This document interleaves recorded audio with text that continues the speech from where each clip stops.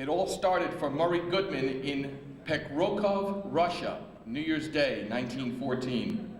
Coming to the United States at age 5, Murray Goodman entered into the sports field in the 1920s during the so-called golden age of American sports, but he became so disgusted with that business that he became a top insurance salesman instead. Goodman worked as a sports writer for the Hearst Syndicate's wire service, the Universal Service as it was called then. In 1931, the U.S. merged into the International News Service, and Goodman went along into the new operation, which was headquartered in the old Daily Mirror building on East 45th Street. But he gradually became disenchanted with the sports environment and left INS to become a salesman for the Equitable Assurance Society, rapidly rising to the top of their list of high-producing sellers.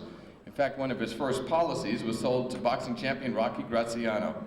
Goodman actually got into the boxing publicity business by something of an accident. When French champion Marcel Cerdan came to the U.S., his promoters were aware of Goodman through his insurance connections and hired him to do publicity for the French fighter. From there, Goodman became one of the premier boxing publicists in the history of the sport. From 1949 to 1960, he was the chief publicist for the Madison Square Garden boxing operation. Subsequently, he worked for a dozen years for Don King, who emerged as a major power in the sport during Goodman's tenure.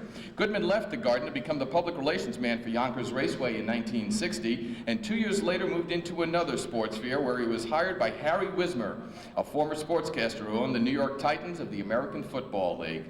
After the Titans went bankrupt, Goodman went back into the boxing business, and we are all richer for it. I present with honor Murray Goodman.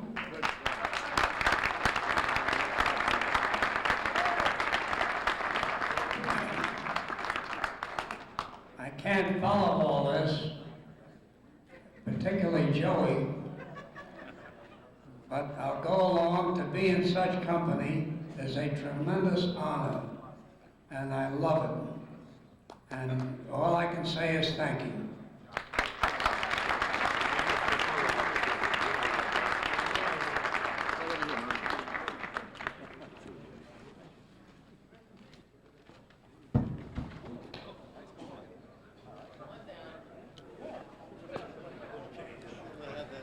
He's taken a mandatory, ladies and gentlemen. It's not